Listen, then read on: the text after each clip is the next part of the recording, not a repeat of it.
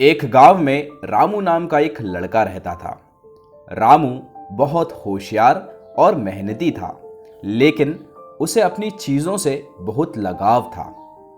वह किसी को अपनी किताबें, खिलौने या कपड़े छूने तक नहीं देता था। उसकी माँ उसे हमेशा समझाती थी कि चीजों का मोह छोड़कर लोगों से प्रेम और स्नेह करना जरूरी है, लेकिन रामू इस बात को नहीं मानता था। एक दिन रामू के गांव में एक बड़ा मेला लगा।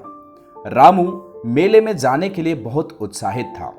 उसने अपनी पसंदीदा किताब और खिलौने अपने बैग में रखे और मेले की ओर चल पड़ा।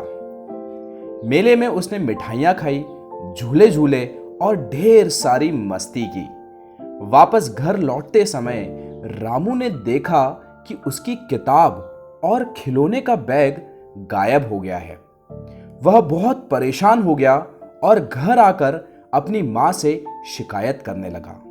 मां ने रामू को शांत किया और कहा, बेटा, यह सिर्फ सामान है। असली खुशी चीजों में नहीं, बल्कि हमारे रिश्तों और हमारे द्वारा दिखाए गए प्रेम और स्नेह में है। रामू ने गहरी सांस ली और सोचा कि शायद मां ठीक कह रही है। अगले दिन वह अपने दोस्तों के साथ खेलने गया। उसके दोस्तों के पास ज्यादा खिलौने नहीं थे, लेकिन वे सभी आपस में जो भी था उसे बांट कर खेल रहे थे।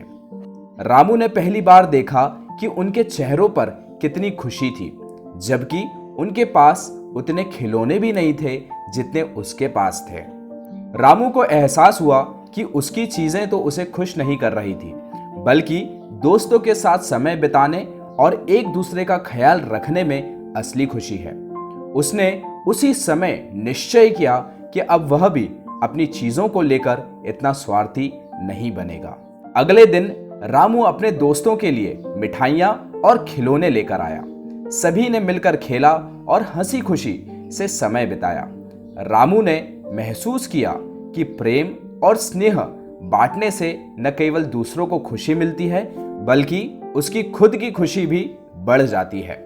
कुछ ही दिनों में रामू का स्वभाव पूरी तरह बदल गया। अब वह चीजों की बजाय रिश्तों को महत्व देने लगा। वह अपने माता, पिता और दोस्तों के साथ ज्यादा समय बिताने लगा और हर किसी की मदद के लिए हमेशा तैयार रहता था।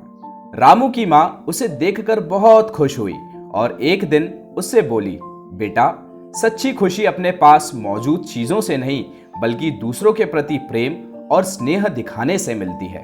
रामू मुस्कुराया और कहा, मां, अब मुझे समझ में आ गया है कि असली संपत्ति हमारे रिश्ते और प्यार है, चीजें नहीं। दोस्तों, हमें इस कहानी से यह शिक्षा मिलती है कि चीजों से ज्यादा महत्वपूर्ण हमारे रिश्ते और प्रेम होते हैं।